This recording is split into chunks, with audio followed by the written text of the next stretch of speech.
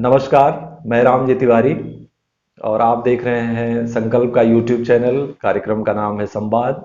हर सप्ताह हम आपके लिए कुछ न कुछ खास लेकर आते हैं, किसी महत्वपूर्ण विषय पर आपसे बात करते हैं। आज के सप्ताह में जो हमारी बातचीत का विषय है वो बहुत ही महत्वपूर्ण है। हमारी अपनी मिट्टी से जुड़ा हुआ है, हमारे अपने देश से जुड़ा हुआ है। और आज हम बात करने जा रहे हैं मंगल पांडे के बारे में, जिनका बलिया से जुड़ाव रहा है, जो इसी मिट्टी के उपज हैं। और हमारे साथ बात करने के लिए हैं उपस्थित इतिहास के अध्येता सुवनीत कौशिक जी। नमस्ते सुवनीत जी। इसी 8 अप्रैल को मंगल पांडे का शहादत दिवस है। लगभग 170 साल होने जा रहे हैं उस घटना के। और पूरे स्वतंत्रता आंदोलन का जब हम इतिहास देखते हैं तो वो कालखंड जो है वो इतना महत्वपूर्ण होता है कि उससे पूरे एक आंदोलन को दिशा मिलती है, पूरा आंदोलन खड़ा होता है और भारत जो है एक लंबी गुलामी के बाद आज़ाद भी होता है। तो सुवनीत जी, पहला जो सवाल था मेरा यही है आपसे कि वो क्या घटनाएं क्या थी मंगल पांडे के जीवन, कैसे स्वतंत्रता आंदोलन में उनकी क्या भूमिका थी और क्या हुआ था एक्चुअली बैरकपुर में उस समय मंगल पांडे, और जो उस समय जो परिस्थिति थी वो क्या हुआ, क्या था उस समय। मंगल पांडे असल में जो बंगाल में 34वीं इन्फेंट्री थी, जी। उसमें सैनिक हुआ करते थे और आ, लगभग 30 वर्ष की अवस्था उस समय उनकी थी जो है। और बंगाल इन्फेंट्री के सदस्य के रूप में और वो काम कर रहे थे और लगभग 10 सालों से वो उस सेना में थे। और ये वही समय है जब सेना में एक नई किस्म की बंदूक का जो है प्रचलन होने को था और उसके कारतूस को लेके एक विवाद हो रहा था उस समय। जी। और सैनिकों के भीतर कुछ अपने असंतोष भी थे जी। भत्ते को लेकर और सुविधाओं को लेकर, और साथ में जो कंपनी के सेना के अधिकारी थे उनके द्वारा जो नस्ली भेदभाव किया जाता था भारतीय सैनिकों के साथ, जी। उसको लेकर तमाम असंतोष थे पहले से। और कुछ इन्हीं असंतोषों के साथ मंगल पांडे एक रोज मार्च 1857 में वो अपने सार्जेंट मेजर जो उनके अपनी टुकड़ी के प्रमुख थे उन पर वो हमला करते हैं। और बंदूक से किया हुआ हमला वो निशाना चूक जाता है, फिर वो अपनी तलवार के साथ हमला कर देते हैं। और सिर्फ अपने हमला नहीं करते बल्कि अपनी जो टुकड़ी के दूसरे भारतीय हिंदुस्तानी सैनिक हैं उनको भी उकसाते हैं कि समय आ गया है कि हम अब बगावत कर दें और अंग्रेजी हुकूमत के खिलाफ और इन अंग्रेज अधिकारियों को हम भारत से निकाल फेंकें। और जब जो दूसरा जो बड़े अधिकारी हैं जब उनको इसकी जानकारी मिलती है कि हमारा एक सैनिक अपने एक बड़े अधिकारी पर हमला कर चुका है और दूसरे सैनिकों को बगावत के लिए उकसा रहा है, तो जब वह पहुंचता है जो दूसरा अधिकारी है तो उसके कहे जाने पर एक जो सूबेदार मेजर है वो भी हिंदुस्तानी है, ईश्वरी प्रसाद, अच्छा। वो यह उसका आदेश मानने से इनकार कर देता है। तो अच्छा। उसे कहा जाता है कि तुम मंगल पांडे को पकड़ लो। और जो दूसरे जो सैनिक देख रहे थे, जो न मंगल पांडे को पकड़ रहे थे न उस अधिकारी को कोई मदद दे रहे थे, उसने कहा कि तुम इन लोगों को गिरफ्तार कर लो और इस अधिकारी को ले जाओ, उसको चिकित्सा उसकी कराओ। और उसने कहा कि मैं आपका आदेश मानने से इनकार इनकार। करूंगा। अच्छा। और ये एक तरीके से सेना में एक बगावत का पूरा संदेश था। और उसके बाद जब जो सबसे बड़ा अधिकारी था जनरल हेयरसे, जब उसको इसकी खबर मिली तो वो जो ब्रिटिश अधिकारियों की टुकड़ी थी उनके साथ वो आता है। और उसके बाद मंगल पांडे को गिरफ्तार किया जाता है और ईश्वरी प्रसाद को भी गिरफ्तार किया जाता है कि उसने कमांड को नहीं माना। और उसके बाद मंगल पांडे जब गिरफ्तार करने की कोशिश हो ही रही होती है तो वो अपनी बंदूक से खुद पर गोली हमला चलाने की अपनी कोशिश कोशिश करते करते हैं और वो उन फिर से वो गोली लगती नहीं है उनको जो है, और लेकिन वो घायल हो जाते हैं। और इसी घायलावस्था में उनको पकड़ा जाता है और फिर मुकदमा चलता है। और जैसा कि आपने बताया ही कि 8 अप्रैल 57 को उनको फांसी की सजा हुई और उसके 13 दिन बाद ईश्वरी प्रसाद को भी फांसी दी अप्रैल में ही। गई। जी। जी। तो ये पूरा एक घटनाक्रम जो मंगल पांडे से जुड़ा हुआ है और पहले बागी के रूप में या पहले विद्रोही के रूप में उनको जाना जाता है। अच्छा, एक चीज और कही जाती है इतिहास में कि ये तो सिपाहियों का था ही, लेकिन जो सिपाही थे मुख्य रूप से जो जिस जमीन से गए थे वो किसान भी थे, जी। जो उनके परिवार के लोग थे। और जो किसानों की उस समय स्थिति थी और उनके परिवार में जो स्थिति थी, तो कहीं ना कहीं वो बात भी उनके जहन में रही होगी, जो सप्रेशन चल रहा था जी अंग्रेजी हुकूमत द्वारा। तो मुझे लगता है कि उसका भी कहीं ना कहीं कुछ जी तो प्रभाव पड़ा होगा, जो ये सारी चीजें मिलके उस विस्फोट का रूप बिल्कुल। लिया होगा। ये तो असल में वो कहा ही जाता था रमनी भाई कि मतलब जो सिपाही थे हम्म। असल में वर्दी में किसान थे जो जी है। जी तो बिल्कुल। कि यह अपने आप में जो क्योंकि अधिकांशतः ये किसान पृष्ठभूमि से गए हुए जो और उत्तर भारत से ही अधिकांशतः जो रिक्रूटमेंट हुआ उस समय जो है। हम्म। तो कहने को वो बंगाल की सेना थी लेकिन उसके अधिकांश जो सैनिक थे वो आपके बिहार से और आपके जो आज का जो पूर्वी उत्तर प्रदेश है जो उस समय अवध प्रांत का भी हिस्सा था, जी। बनारस के इलाके से लोग जो है गए हुए थे। और जो भूमि बंदोबस्त किए गए या हम्म। जो मतलब जिनकी श्रृंखला 18वीं सदी से ही शुरू हो जाती है, जी। चाहे वो अस्थाई बंदोबस्त हो या हम्म। महलवारी बंदोबस्त हो।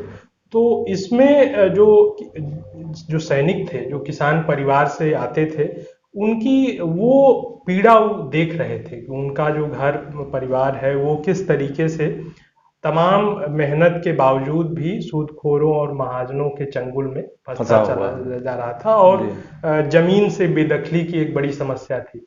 और हमें नहीं भूलना चाहिए कि अवध से भी बहुत बड़ी जो सैनिकों की संख्या थी वो अवध से गई हुई थी। और ठीक एक साल पहले जो है अवध पे कुशासन का आरोप लगाकर कि वहाँ अब सत्ता को। अच्छा वो प्रशासन नहीं चला रहा है, जो शासक है वहाँ नवाब हम्म। वाजिद अली शाह जो है। हम्म। और क्योंकि विलय का सिद्धांत उस पर लागू नहीं हम्म। हो सकता था जो कि डलहौजी डलहौजी का अन्य राज्यों जी। पर लगा रहे थे। 1856 की बात। 56 में। जी। तो और उससे भी एक असंतोष था लोगों में। और अब क्या हुआ वहां पे कि कंपनी ने जब सीधे अपने अंतर्गत ले लिया उस क्षेत्र को, तो अब वहां भी महलवारी बंदोबस्त लगाए जाने की बात थी। और सैनिक जो दूसरे इलाके के सैनिक थे जहां पहले से महलवारी बंदोबस्त था तो उनके असंतोष से वो वाकिफ थे।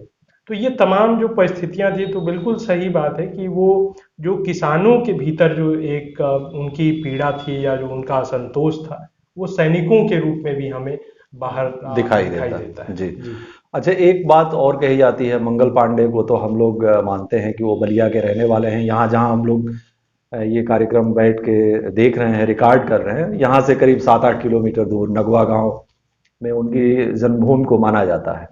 लेकिन इस पे इतिहासकारों के बीच में कुछ मतभेद भी हैं। कुछ लोग कहते हैं कि वो फैजाबाद के रहने वाले थे, कहीं मैं देख रहा था कि मेरठ का भी दावा है, कहीं एक दावा है कि नहीं नहीं वो कहीं बंगाल वाले किसी हिस्से के ही थे। तो ये जो दावे हैं, जो एक तो हम लोगों का भावनात्मक और जो बाकी सारे तथ्यात्मक दावे हैं ही, लेकिन ये जो दावे हैं उनमें कितनी सच्चाई है और इतिहास इसे कैसे देखता है, मतलब सिर्फ भावनात्मक रूप से ही नहीं बल्कि इतिहास ऐतिहासिक दृष्टि से, क्योंकि ये बहुत बहुत पुरानी भी बात नहीं है। आप समझिए कि 170 साल 1827 में उनका जन्म हुआ था और 1857 में उनको फांसी हुई। तो ये लगभग 170 या 200 सालों के बीच की दरमियान की ही बात है। तो ऐतिहासिक तथ्य इस बारे में क्या कहते हैं? अ, देखिए इसमें सबसे बड़ी जो चुनौती है इतिहासकारों के सामने जो है कि ब्रिटिश सरकार ने जो विद्रोहियों से जुड़े दस्तावेज थे अच्छा। वो बहुत एकदम क्रमबद्ध तरीके से और सोची समझी एक रणनीति के तहत उनको नष्ट किया गया जो है। ओ। और ये बहुत जैसे बाद में आज़ादी के बाद आप देखेंगे कि 50 के दशक में एक उन ऐतिहासिक दस्तावेजों के संकलन का काम शुरू हुआ जो है। अच्छा। और खुद आप मंगल पांडे की जो 34वीं इन्फेंट्री थी वो 34वीं और 19वीं इन्फेंट्री उसी वक्त अप्रैल में ही उसको डिसबैंड किया गया कि अच्छा। इन लोगों ने हमारे जो एक सैनिक कानून था या सैनिक जो लॉ एंड ऑर्डर की हमारी व्यवस्था थी हम्म। उसको भंग किया। और इस तरीके से उनसे जुड़े हुए भी जो दस्तावेज थे हम्म। और जो विद्रोही सैनिक थे उन लोगों ने भी अपने दस्तावेज बचा कर नहीं रखे। ओ। मतलब उनका यह भी सोचना था कि अगर हमारे ये दस्तावेज या हमारे जुड़े हुए हमसे जुड़े हुए कोई भी दस्तावेज अगर इनके हाथ लगते हैं तो हमारे ऊपर तो कार्रवाई होनी ही है, हम तो कुर्बानी देने को तैयार ही हैं, लेकिन इससे हमारा गांव या घर या परिवार हाँ, भी इसके सारे चपेट लोग में आने के प्रभावित हो खतरे सकते में। हैं तो जी। एक तो बड़ी चुनौती राम जी भाई यही है कि जी। जिस तरीके से नष्ट किया गया, तो एक जो दस्तावेज जो नष्ट हो चुका है और उसको फिर से ट्रेस करना जी एक बड़ी मुश्किल है। और दावे के संदर्भ में तो यह है कि जैसे जो विरासत जितनी बड़ी होगी, जी, उस पर दावा करने वाले लोगों की संख्या या बिल्कुल उसका बिल्कुल भी, तो बिल्कुल। यह मंगल पांडे के महत्व को ही दर्शाता है जी कि जी जो बिल्कुल। इतने स्थानों के लोग या इतने जगहों के लोग उन उस पर पे अपना ये दावा कर एक रहे हैं। दावा करते हैं। तो जहाँ तक दस्तावेजों की बात है, तो कोई ऐसा पुष्ट अभी तक जो है दस्तावेज ऐसा नहीं अभी है जिसमें कहा विश्वसनीयता के साथ जी कहा जा सके कि अ, मंगल पांडे यहीं के थे या इसी जगह के थे। तो लेकिन अगर स्मृतियों में हम देखें जो है, तो लंबे समय तक जो है, एक तो बड़ी बात यह थी कि जैसे साहित्य में हम देखें तो लंबे समय तक 1857 के बारे में नहीं लिखा लोगों ने। जी जैसे आप भारतेंदु की पीढ़ी तक देखें जो है, जी। तो उतना उस गदर के बाद जो दमन किया गया उसका इतना प्रभाव था कि लंबे समय तक लोगों ने उसको उस पे एक चुप्पी रही है। चुप्पी रही। जी जी तो यह भी एक कारण था कि विद्रोहियों से जुड़े हुए दस्तावेज या उनसे जुड़े हुए जो हम थे वो सामने नहीं आ सके। लेकिन 50 के दशक में, जैसे अगर हम उत्तर प्रदेश की बात करें, हम्म। तो एक कमेटी बनी जिसमें 1857, खासकर जब ये 100 साल पूरे होने थे, जी तो उसमें एक इतिहासकार सैयद अतहर अब्बास रिजवी के, वो उसके मतलब इतिहास का काम वो देख रहे थे उसमें, और उन्होंने freedom movement in Uttar Pradesh करके वो 4 भागों में जो है वो इसका किताब छपा, आई थी। 1857 से जुड़ी हुई जिसमें, और उसमें तमाम जो विद्रोहियों के जैसे अपने दस्तावेज इश्तिहार वगैरह थे जो उन लोगों ने जारी किए, और इसके साथ साथ जो उस समय की उर्दू पत्र पत्रिकाओं में जो उनके हम्म पूरा एक कवरेज देखने को मिलता है, तो हम्म। वो उसमें देखने को मिलता है। जी। अच्छा, आपने बहुत विस्तार से बताया कि अ, और सबसे महत्वपूर्ण बात ये कही कि दावे इस बात को बल्कि हम लोग परे कर दें कि वो कहाँ के रहने वाले थे। और ज्यादातर हालांकि वो बलिया के बारे में जी ही सपोर्ट करते हैं जो दावे हैं, वो हमारे अपनी मिट्टी के थे, भारत के थे, जी और भारत के लिए उन्होंने संपूर्ण भारत के लिए वो कुर्बानी दी थी। एक और यहाँ पे सवाल आता है कि वो जो घटना हुई, एक छोटी सी घटना दिखाई देती है कि एक बटालियन में भी विद्रोह होता है, लेकिन उसकी चिंगारी आप देखें कि वो घटना मार्च में होती है और अप्रैल में उन्हें फांसी दे दी जाती है, और मई में 10 मई आते आते लगभग एक महीना बीतते बीतते देश के कई हिस्सों में जो है उस तरह की घटनाएं शुरू हो जाती हैं। 10 मई को मेरठ का विद्रोह हो जाता है, और फिर वो दिल्ली पहुंचता है, लखनऊ, झांसी और तमाम ऐसे केंद्रों पे पहुंच जाता है। तो उस घटना ने कितनी महत्वपूर्ण भूमिका निभाई इस पूरे आंदोलन को शेप देने के लिए, पूरे आंदोलन को उभार देने के लिए, जरा इस पे भी कुछ रोशनी।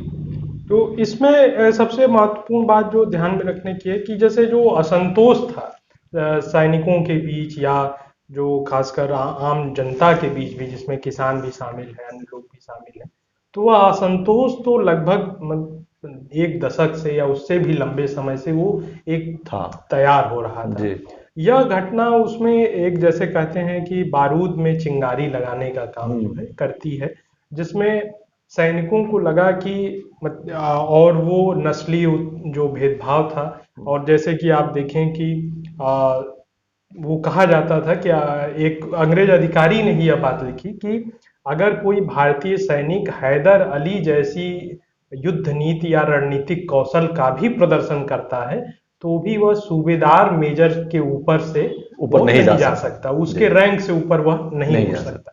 तो सैनिकों के भीतर यह था कि, और सबसे बड़ी बात कि एक नया जो रिक्रूट इंग्लैंड से आता था, यूरोपीय रिक्रूट जो है, वह अपने 30-40 सालों के जो अनुभवी जो सैनिक होता था, हिंदुस्तानी जी सैनिक, उससे वो ऊपर ही अपने आप को अपने को समझता मानता था, उसके था, ऊपर साथ जो था है, भी। जी जी, और वो उसको जो है अपशब्द कहता था, और उसके साथ जो है वही दुर्भावना। गवर्न जी करता जी। था। जी तो यह एक था। फिर अगर हम देखें तो उत्तर भारत में हमें जो रियासतें हैं, देसी रियासतें या राजा रजवाड़े थे, उनकी भी सब भागीदारी दिखाई देती है। हालांकि सभी ने नहीं किया, लेकिन कुछ कुछ रियासतों लोग। ने बहुत प्रमुखता के साथ किया। तो उनके अपने जो है असंतोष थे, जिसमें सबसे बड़ा तो विलय का सिद्धांत ही था, जिसमें कि डलहौजी ने उन राज्यों को अपने अंतर्गत विलय कर लिया कंपनी के, उसमें जिनके अपने कोई उत्तराधिकारी उत्तराधिकारी नहीं नहीं थे। थे। जी तो ये तमाम जो कारण थे, और जैसे किसानों का असंतोष था, जी। तो यह सभी मिलकर कहीं ना कहीं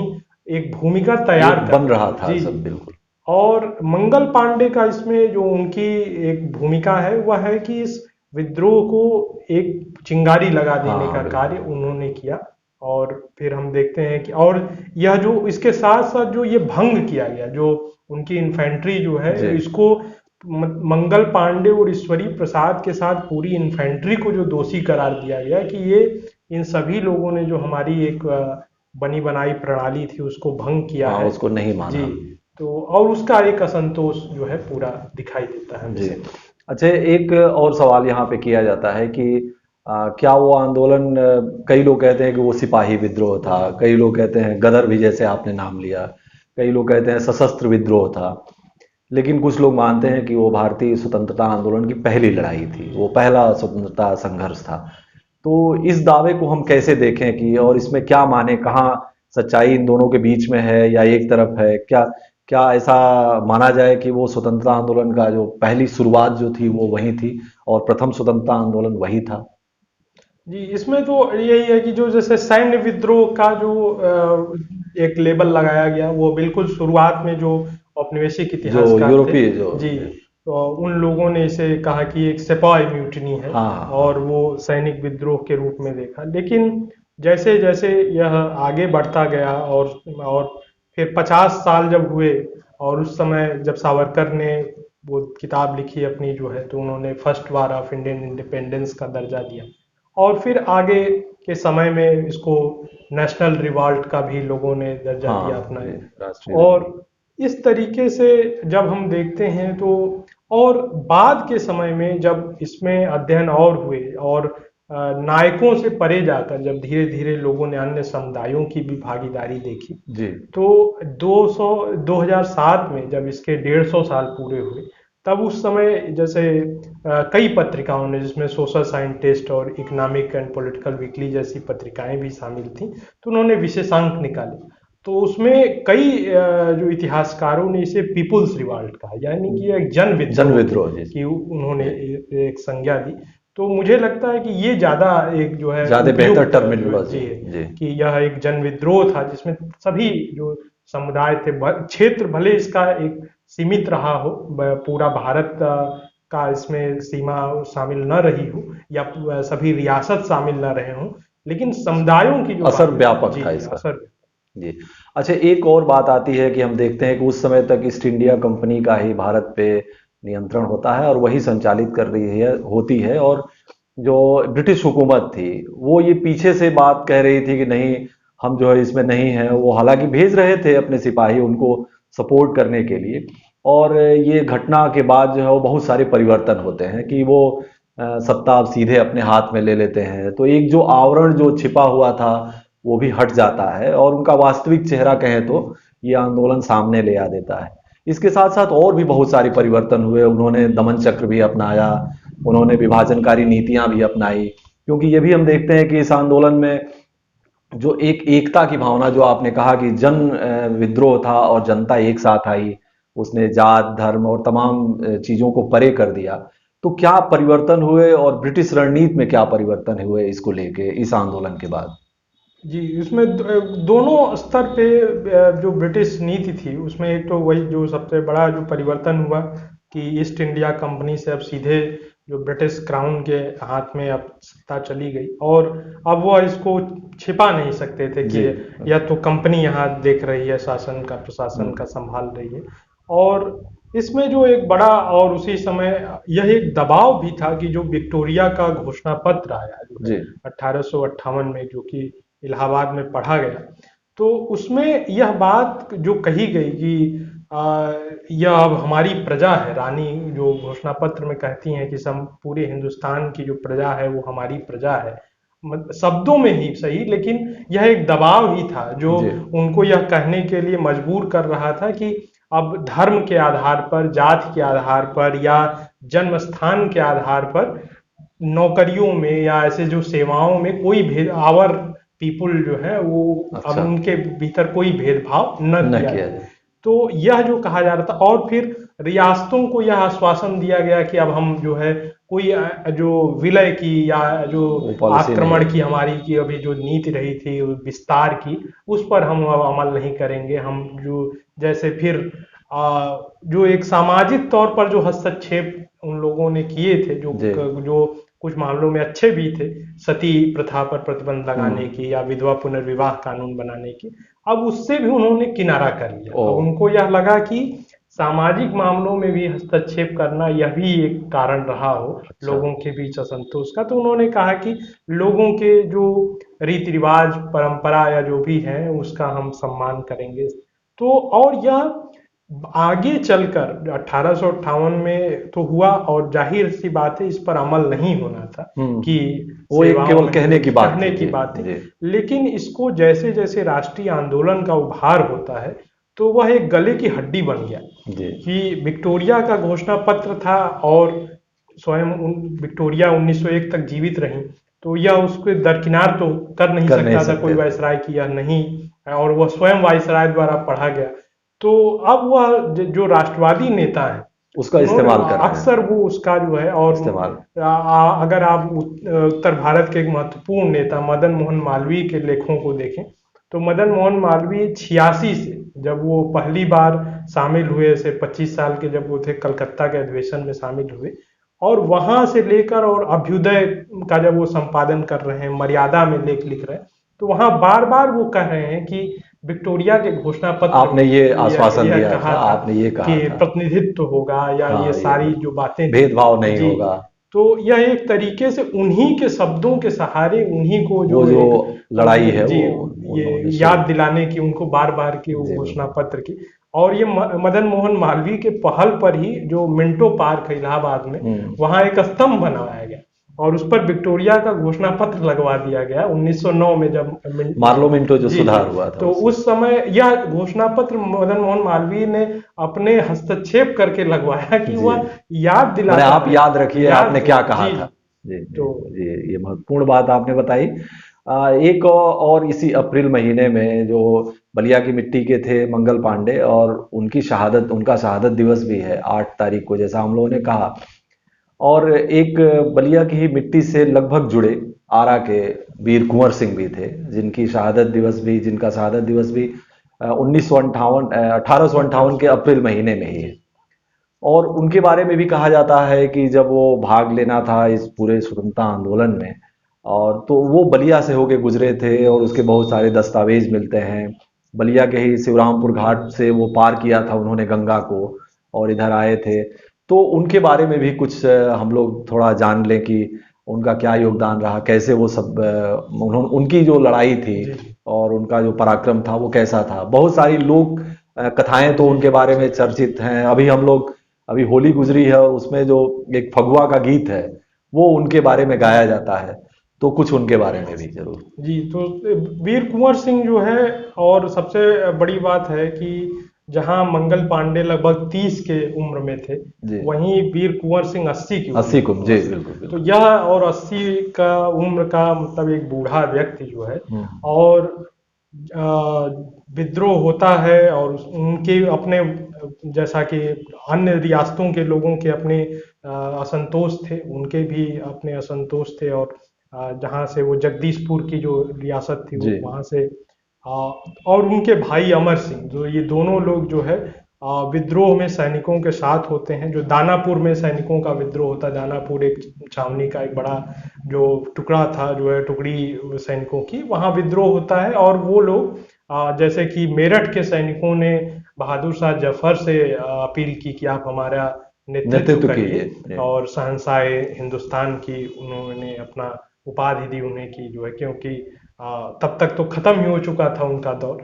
और यहाँ कुंवर सिंह से दानापुर के सैनिक लोग अपील कहते हैं। करते हैं, और वह स्वीकारते हैं। और अमर सिंह, कुंवर सिंह और उनके जो सेनापति हैं, वे सारे लोग मिलके, और कुंवर सिंह एक बिल्कुल तपे तपाए योद्धा की तरह जो है छापामार युद्ध लड़ते हुए। और ध्यान देने की बात है कि एक ब्रिगेडियर जो है, ब्रिगेडियर डगलस, अपने पूरे टुकड़ी के साथ पीछा कर रहा है, और पीछा करते हुए वह वहां से, आरा से बलिया होते हुए, आजमगढ़ होते हुए लखनऊ चले जाते हैं। अच्छा। और फिर लखनऊ में वह मिलते हैं, जहाँ बेगम हजरत महल और जो दूसरे क्रांतिकारी हैं नाना साहब पेशवा वगैरह से, और फिर वो लौटते हैं, जो बातचीत होती है, और फिर जब होता है कि लोग अपने अपने क्षेत्रों से ही अभी विद्रोह की आग को जलाए रखें, तो वो फिर लौटते हैं आजमगढ़ से होते हुए, और फिर आजमगढ़ में वहाँ डगलस फिर से वहाँ पीछा करना शुरू करता है। और सबसे बड़ी बात जो मुझे लगती है कि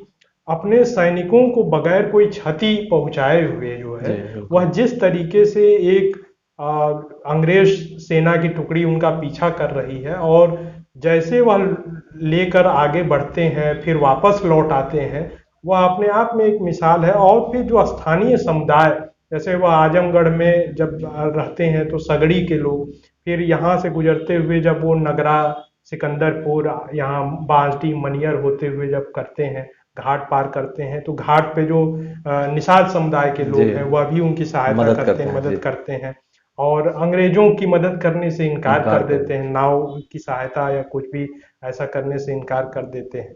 और वहाँ वो मशहूर है कि उन्होंने जब हाथ में उनको गोली लगी तो उन्होंने हाथ अपना काट काट के दिया वो था जी। बहा दिया गंगा नदी में। और वही 26 अप्रैल 1858 को जो है, तो एक हम देखें कि इसी क्षेत्र के मंगल पांडे ने जहां इस विद्रोह को एक चिंगारी जी। लगाकर एक शुरुआत की है, और इसी क्षेत्र के आसपास के आरा, शाहाबाद, जगदीशपुर के जो कुंवर सिंह हैं, धीरे धीरे वह अपने अंतिम चरणों में, और जून तक आते आते जो है पूरा आंदोलन एक साल बाद जो है अपना जो सबसे बड़ी बात जो लगती है मुझे कि जैसे बहुत इतिहासकारों ने भी कहा है कि भले अपने उद्देश्य में असफल हो गया हो, या यह एक पुराने ढंग के हिंदुस्तान को जिंदा करने की एक असफल कोशिश क्यों न रही हो, लेकिन इस आंदोलन ने या इस विद्रोह ने आगे आने वाली जो पीढ़ियां जी, थी जो उनके राष्ट्रीय लिए एक आंदोलन की, पूरा उनके लिए रास्ता एक एक जी तो एक तैयार किया। प्रेरणा दीप का यह काम करता रहा। और जिस तरीके से आपने भी जिक्र किया कि जो चैती और फाग में जो हाँ है बिल्कुल उसमें, बिल्कुल। और वो तमाम जैसे बलिया के ही कवि हुए प्रसिद्ध नारायण सिंह जो है, हम्म। तो उन्होंने जो है मंगल पांडे पर और कुंवर सिंह पे तो बहुत सारे जी, भोजपुरी के कवियों ने और लिखा तमाम है। लोगों ने लिखा दिया। तो एक और ये एक किंवदंती की तरह जो है, और वो जैसे कुंवर अगर सिंह। हम देखें मौखिक इतिहास के क्षेत्र में एक जो बड़ा हस्तक्षेप था अमृतलाल नागर की किताब गदर के फूल, तो गदर के फूल में आप देखें तो वो पूरा गोंडा, बहराइच और बस्ती ऐसे वो इलाका है, तो उन्होंने जिस तरीके से उसको रेखांकित किया है, वो इधर भी उसको रेखांकित किए जाने की जरूरत है कि किस तरीके से लोगों ने जो दस्तावेजों में जिसको अंग्रेजों ने एक सोची समझी साजिश के तहत जिनको मिटा मिटा देना दिया चाहा, जी। वह लोक स्मृति में और कैसे लोगों जिंदा के हो गए। जो स्मृतियों के जो तंतुओं में वह कैसे जीवित रहा। जैसा सुबनीत जी कह रहे थे कि जैसे आप देखें कि इस तरह की जो घटनाएं होती हैं, इस तरह की जो जो लोग होते हैं, वो कैसे पूरे समुदाय को साथ में लेके चलते हैं। पूरा उनका जो उद्देश्य भी होता है वो कितना बृहत्तर समुदाय के पूरे हित में होता है। सारी तरह के विभेद वहां पे स्थगित किए जाते हैं, पीछे हटा दिए जाते हैं। और जो लोग है वो कैसे उनका साथ देता है, भले ही कोई सत्ता कितनी भी ताकतवर क्यों ना हो, और वो कितनी भी मिटाने की कोशिश क्यों ना करे, लोग कैसे उन्हें बचा लेता है, अपनी स्मृतियों में उन्हें दर्ज रखता है, उन्हें जिंदा रखता है। तो इस कार्यक्रम के लिए सुबनीत जी आपका बहुत शुक्रिया, आपने बहुत सारी महत्वपूर्ण जानकारी दी। और साथियों, आप ये भी बताते रहिएगा कि हम लोगों का कार्यक्रम, ये जो संकल्प का कार्यक्रम है यूट्यूब चैनल का, वो कैसा लग रहा है। आप लोग संवाद को देख रहे हैं तो अपनी प्रतिक्रियाएं भी हमें देते रहिए। हर हफ्ते हम जरूर आते हैं आपसे मिलने के लिए। अगले सप्ताह भी हम आपसे मिलेंगे। तब तक के लिए विदा।